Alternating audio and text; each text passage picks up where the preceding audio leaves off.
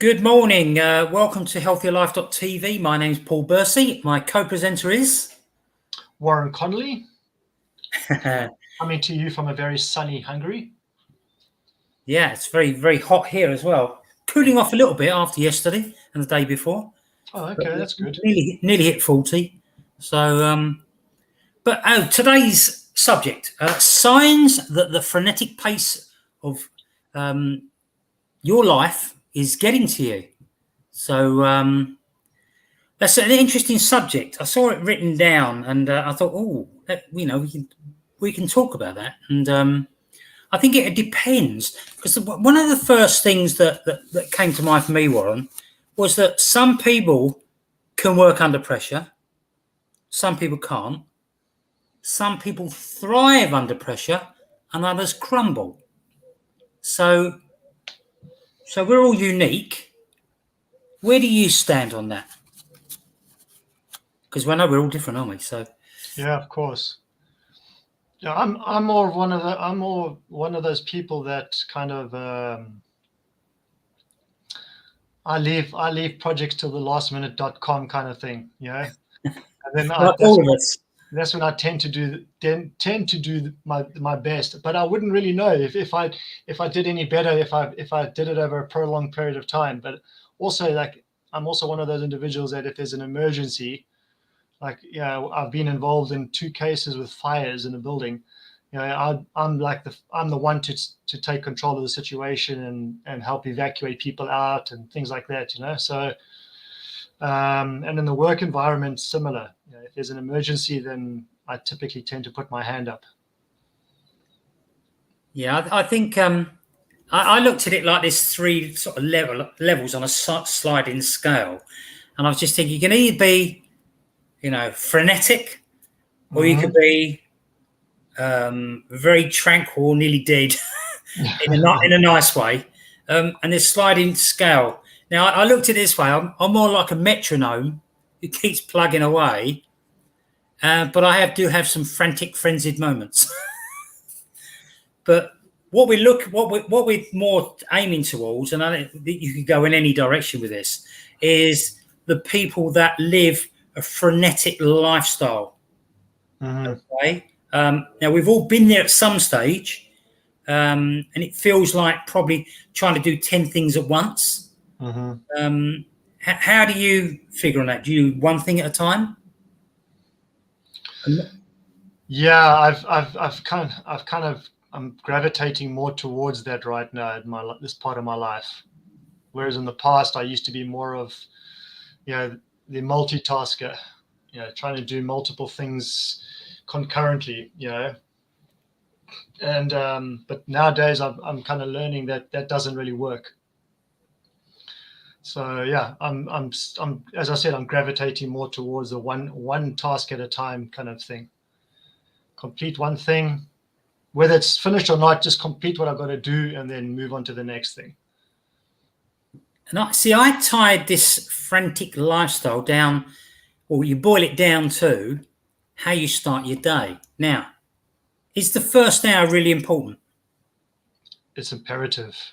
Importance doesn't even justify how important it is.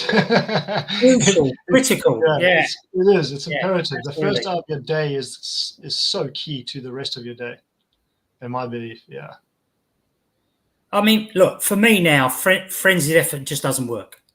No. Okay, I have to do one thing, get it done, move on to the next.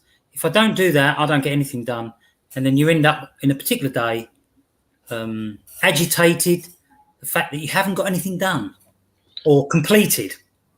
But I can understand why many people do it these days, and there's, from what I see, is a number of factors. One is that it's become a social norm. It's become conditioned within us to jump from one to the next and work frenetically throughout our days. And the other one is that, we as a species, we learned how to survive through fight or flight, right? Yeah, absolutely.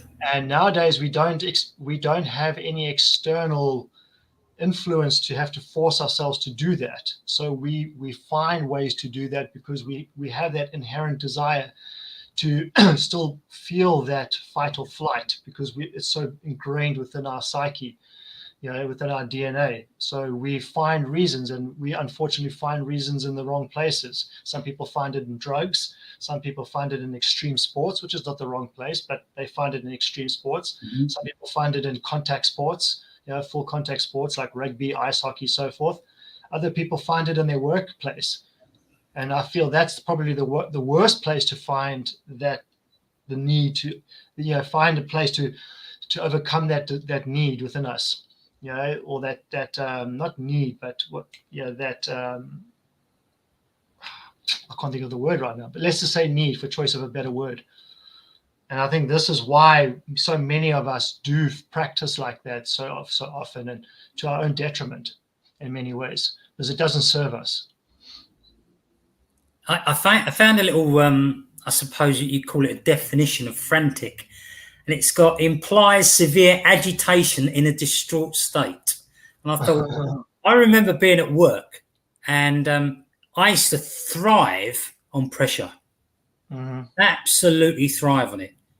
When I left the place, I absolutely have gone the other way. I don't want any pressure. The challenge you have with that is you can be down the other end of the scale and find it hard to get going.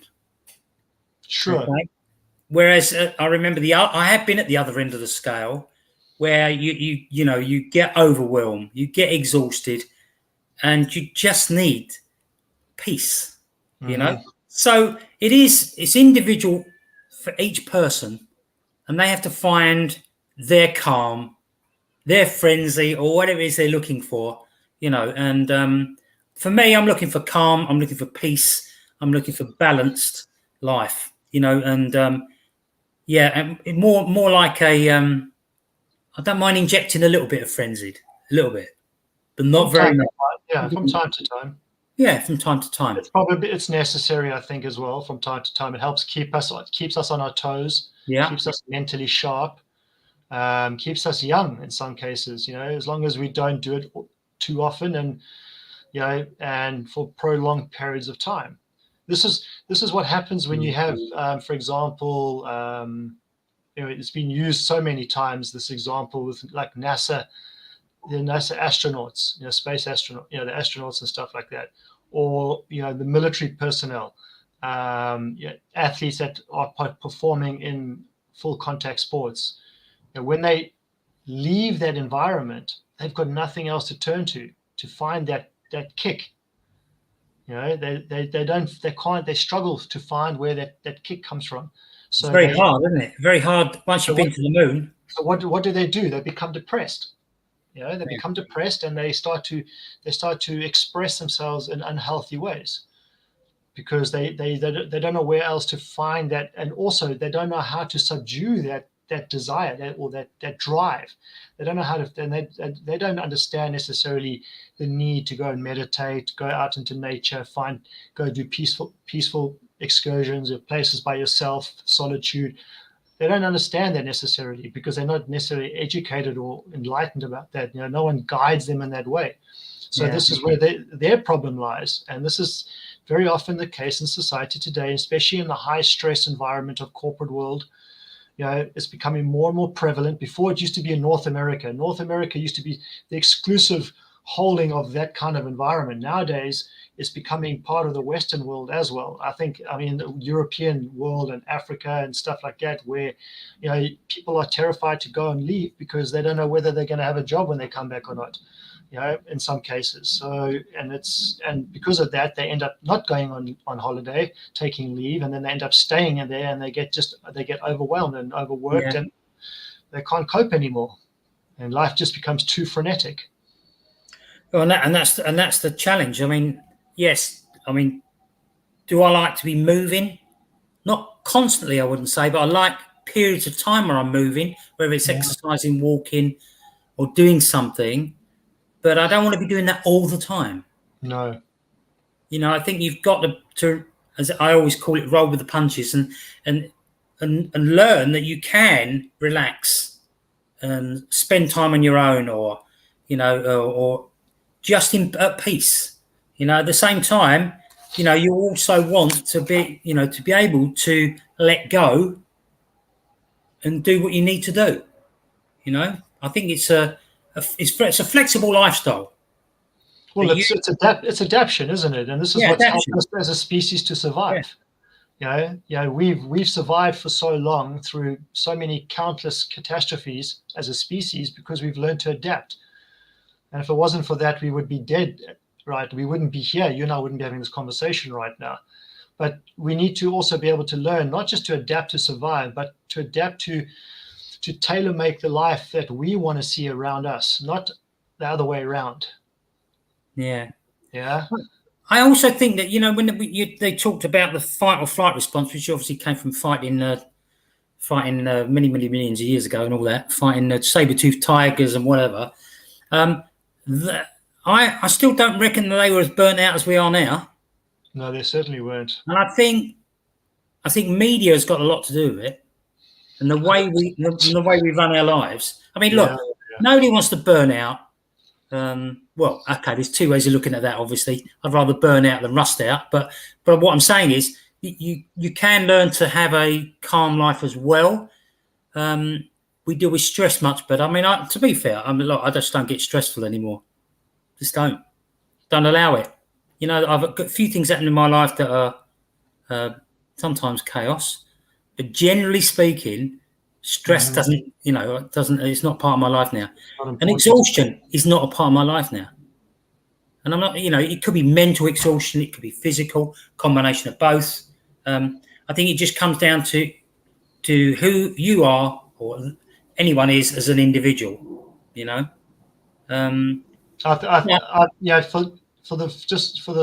to highlight what you're talking about exhaustion and stuff. Some of you may notice my voice is not quite the same as it normally is, and my energy level is not the same. It's because I've just overcome a fever for the last 3 days, and I think part of the reason why I had the fever was because I haven't been getting as much sleep as I would like to get every day. Consistently, like minimum 7 hours sleep. Yes, I've been getting like about 6 hours sleep a night, maybe 6.5, and then I maybe have a 20 to 40-minute nap during the day, but that's not sufficient enough over a long period of time. And if I was getting enough sleep consistently, I probably wouldn't have picked up the virus or whatever it is that caused the fever. So that's one indication, and I believe that it's part of the reason why I got the fever was because of the fact that I've been having lack of sleep, because all I wanted to do now was just rest and sleep. That's all I could really do. Yeah, sleep and hydration are my two biggest things. Yeah. But okay, so what does burnout mean? I mean, because it affects different people in different way. Now, this is Healthy Life TV, so we're looking at it from a health. Is that the show we're on? This is what we're aiming at. What can burnout do to you, and how can we improve things? So, what would burnout mean to you? Well, I picked up a word when doing some work and research into this that resonated with me, and I thought, yeah, that actually makes sense. And the word is overwhelm. Okay, and overwhelm is an emotional feeling. It's not a mental thing. It's not something that you can analyze and scrutinize. You've got to listen to what is your body telling you? What are your emotions telling you? What are your feelings like? And one thing with overwhelm is that we tend to lose perspective and touch with our environment, kind of like the fish. Fish doesn't recognize water for what it is. It lives in water, right? But if you're drowning, you're going to start grabbing for anything and everything that you can grab onto. But if you're overwhelmed, you're not going to, you're going to lose sight of where and what and how. And this is, I feel, what causes, this is probably one of the key words that we can think of and use when we're talking about this, modern day life taking over and us being, just overcome with everything and life getting to us, is this word is overwhelm.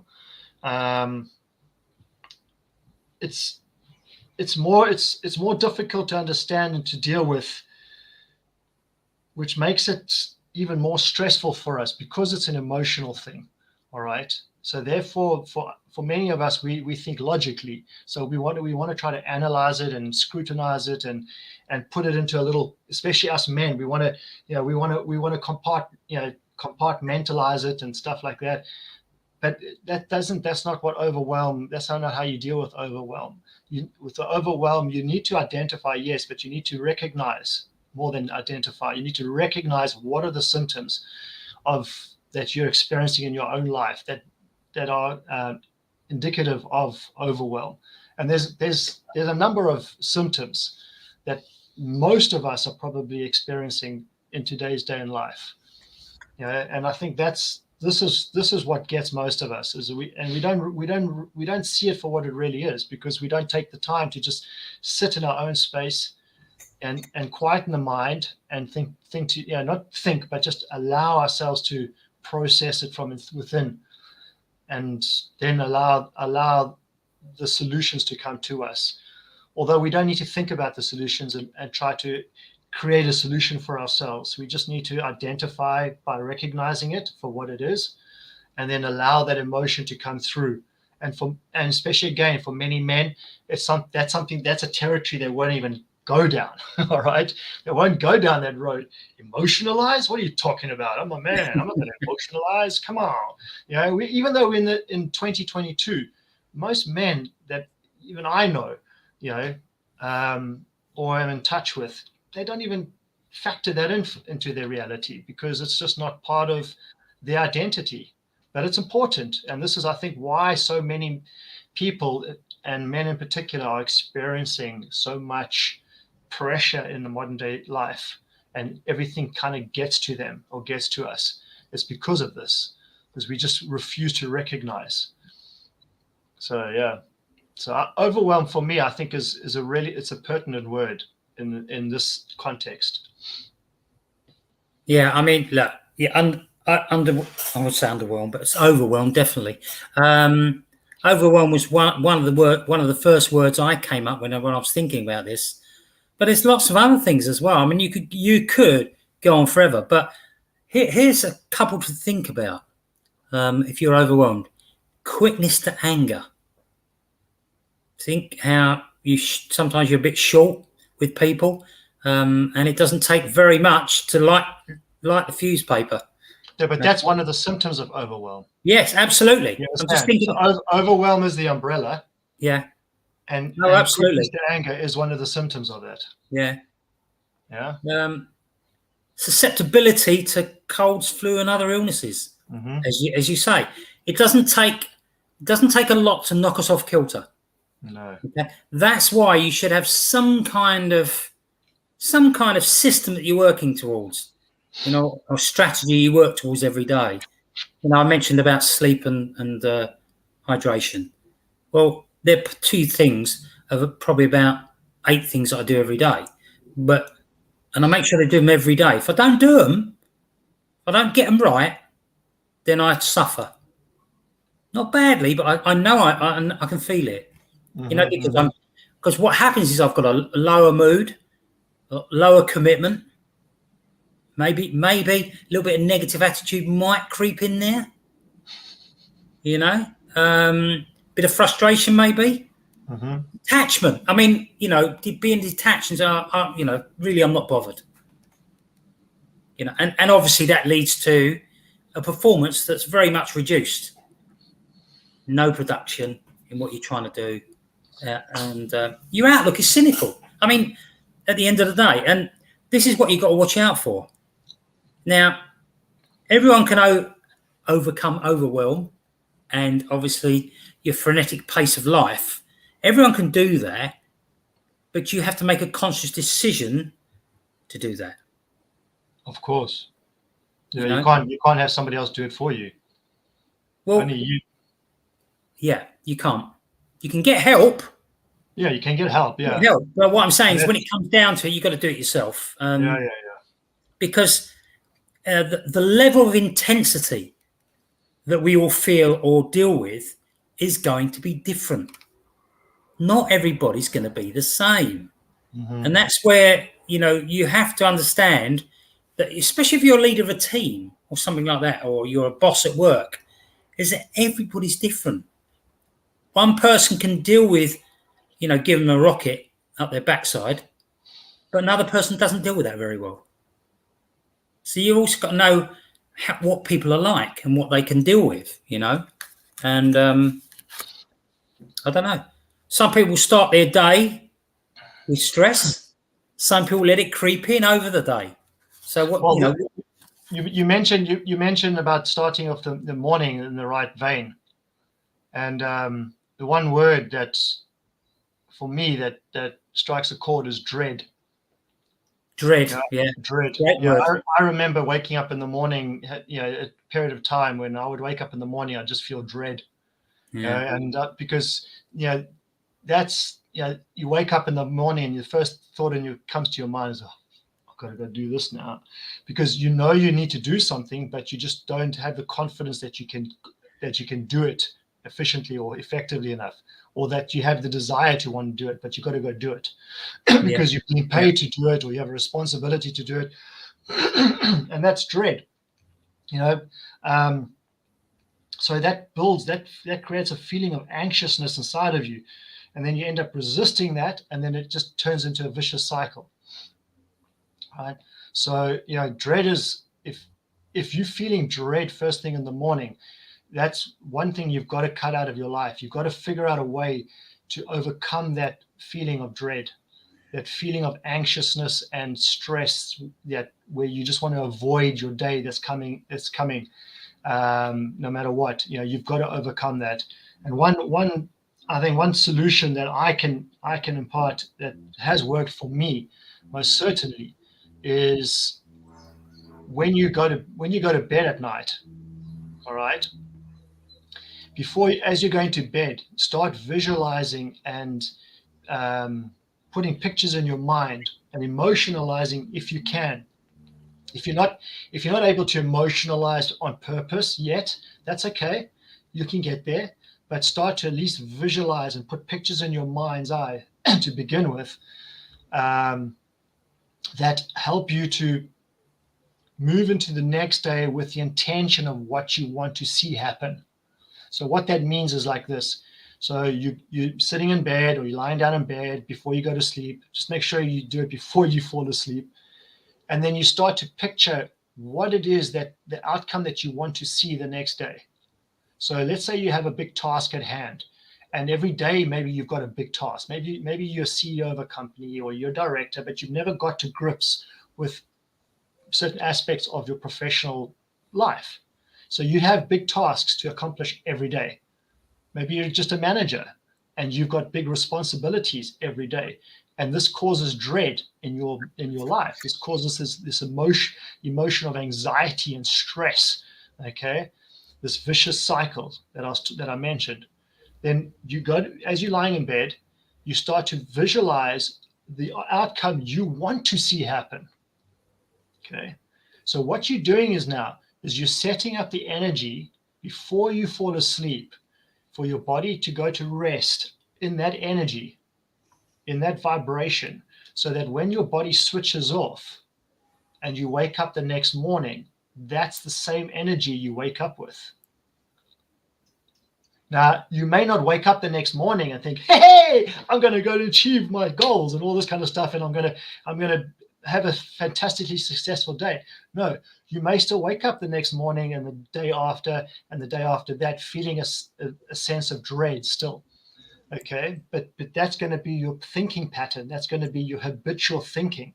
That's going to play that part. Not your energy, your energetic vibration, not your energy body. Your energy body will wake up with the intention of accomplishing the goal that you want to see happen. but your thinking may override that initially. But if you practice that long enough, you will wake up in the morning thinking everything's rosy. The day is great, and that's what will happen. And your thinking will change when you wake up in the morning. And all you got to do is just practice it, and it becomes a habit. And it's like anything in life. You want to change it, you've got to create a new habit. You've got to overcome it, the old habits with the new habits. And the easiest way I find for something like that, in this example, is to create the energy in your body the night before you go to bed. I mean, before you go to bed, the night before the day. So, and then just let it play out each and every single day like that, until eventually you wake up in the morning and the first thoughts that come into your mind are positive, empowering, and uplifting thoughts. And that will help you to overcome that dread first thing in the day, because that's going to, if like Paul and I said, I said the first hour of the morning is so key to the rest of your day. It really is. The first hour of your day it's such an important factor. Just if you don't believe me, go do your own research and go look online with top trainers and coaches, and they'll all tell you the same thing. All right, is that the first hour is so important to the rest of your day. You just got to start learning how to practice getting yourself into the right frame of mind, so that when you wake up in the morning, you're not stumping your toe on the bed corner. When you wake up in the morning, you're thinking good thoughts, positive thoughts, and you wake up feeling fresh. Possible solution in that. I just want to show you a picture, right? Hang on a sec, and I'll describe it for people on the podcast. Let me just share screen. Just a second. Go to Facebook. Can you see that, Warren? Can you see the picture? No, man. You can't? I cannot see nothing. Okay. Let me You can share it. Oh, hang on. Let me that's better. There we go. Can you see that now? Yeah, the C with the palm. Okay. Now, how would you describe that? Tranquil. Okay. Yeah, that's how peaceful, calm. Yeah. Let me stop sharing for a minute. There's a reason I don't want to show. Woo! You can see Paul's personal stuff. I think we're back together now. Yeah. Okay. All right. So now let me read what some person wrote, and I can't, as I say. Oh, no, hang on. There we go. This person wrote, I used to work with. Love it to bits. Not for me. Absolutely gorgeous view, I have to admit, but the idea of sitting doing nothing on the beach fills me with dread. Okay. Can't sit still for love nor money. Even worse if it was a tropical island with nothing to do apart from chilling in the sun. And she said, give me an old city, few ancient monuments and a cathedral to wander around in sunshine any day. Now, the reason I show that is because everyone's different. Because I when you put something on, I'm thinking for everyone to chill out and everything else. But everyone's got their own perception of what it is, what it would mean to them, and I found it quite, of course, quite interesting. We all have our own unique perspective of the world, right? So yeah, see, my thinking of that was, yes, I like to chill. Yes, I like calm, tranquility. All the things the words that would come with that. But I think I can read. I can keep my learning library going in the sun. Go for a run on the beach. Okay. Go and play volleyball. Go swimming. Go diving. Yeah, diving. Anything. See, so everyone's perception is going to be different of that. And I think. I just think it's important.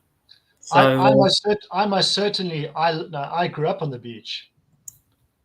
Okay. Yeah. But for me, I wouldn't be able to just sit there on the beach and just suntan. No. I go in little phases. I do little phases. I'm pretty patient, but it doesn't last forever. No, of course not. Sometimes it could last for 10 minutes. Some at the worst, it could be 2 hours. Some people will just vegetate there for weeks like that. That's what I'm saying. And good luck to them. If that's what they want to do, that's great. And I was in a place in Egypt with a group of people. We were backpacking through Egypt, and we went to a place called Dahab.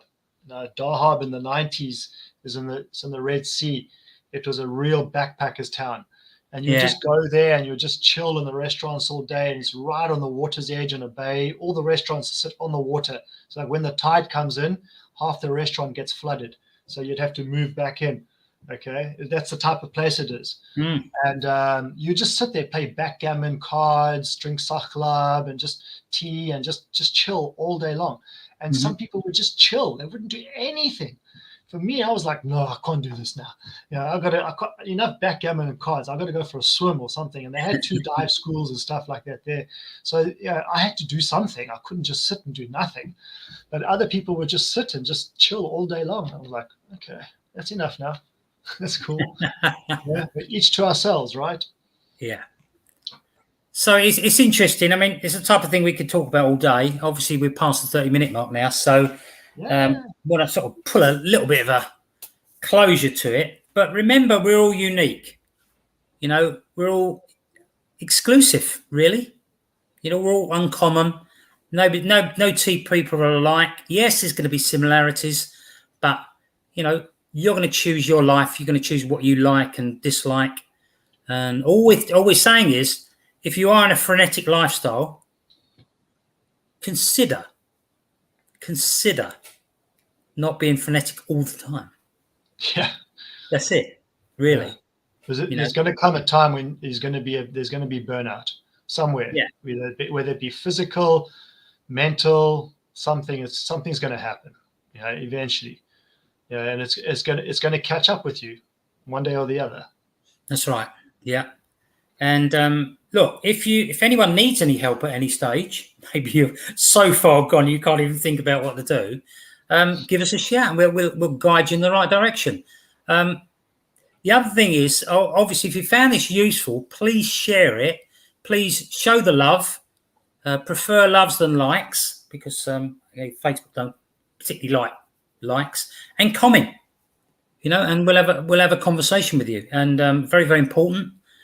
If you're on a podcast, and exactly the same, whatever is the equivalent is on there, and again similar on YouTube and other places like Rumble. So with that, you got anything to finish up with if you want, Warren? Yeah, I do actually. I've got quite a lot to finish up with. Another half an hour. You carry on. Look, another very clear sign that you are overwhelmed or that one day life is getting to you is indecision. All right. Now, again, indecision it's much like procrastination in many ways, but with indecision, we kind of lose faith and trust in ourselves to be able to make the right decision with things. All right. This causes us to move from one potential solution to the next. I've been at fault with this, and I realized that this was one of my signs of being overwhelmed with life, is that I would be doing one course after the next course after the next course without actually doing one and then applying the teachings from that and seeing if the results came about or what results may have come about. You understand? So this was one thing that I identified with, and eventually I got to point out, okay, enough now. Enough. I just need to take one of those and just start applying it into my life. And I did, and things started to change. All right. So indecision is one of those. Now, what you can do, the possible solutions for that is recognize it first of all. All right. Are you moving from one possible solution to the next and not finding any results because of it? Okay. Number 2 is prioritize your decisions. Now, this is something that Paul talks about a lot. Is every day he prioritizes his tasks. So prioritize your decisions. And number 3 is take a break.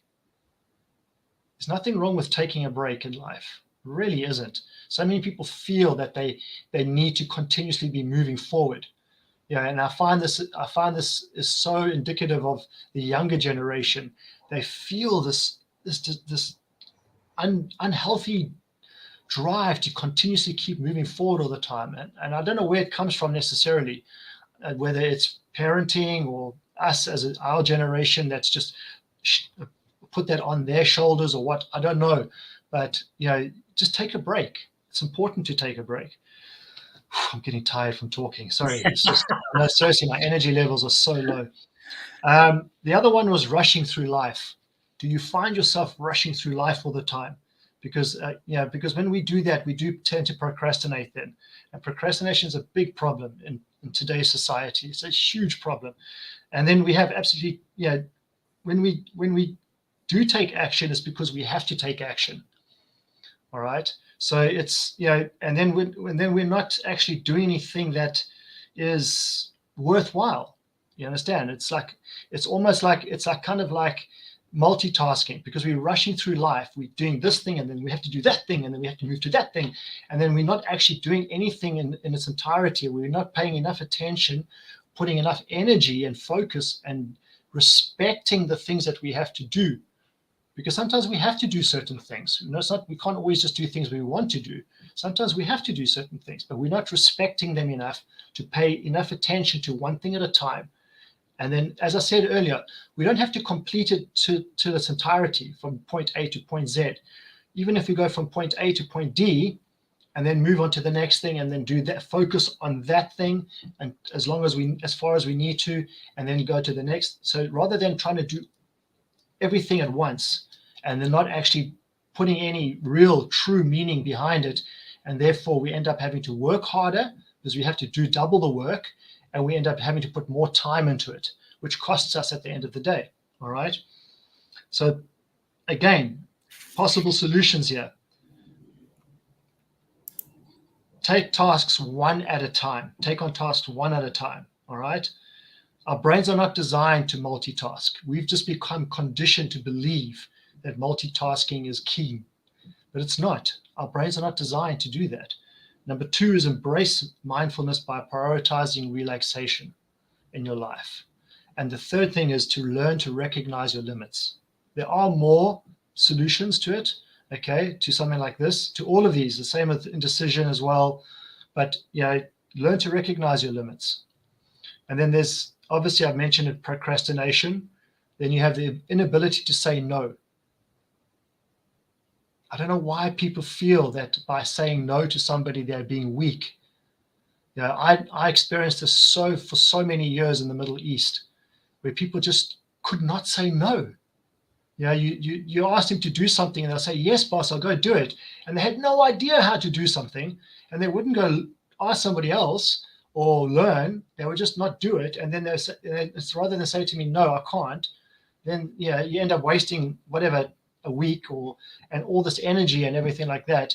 And I find that people just have not learned how to say no to other people. When sometimes we just need to know when something is the right time to do it and sometimes not the right time to do it. And then unfocused attention. Again, that's multitasking, indecision. It's not healthy.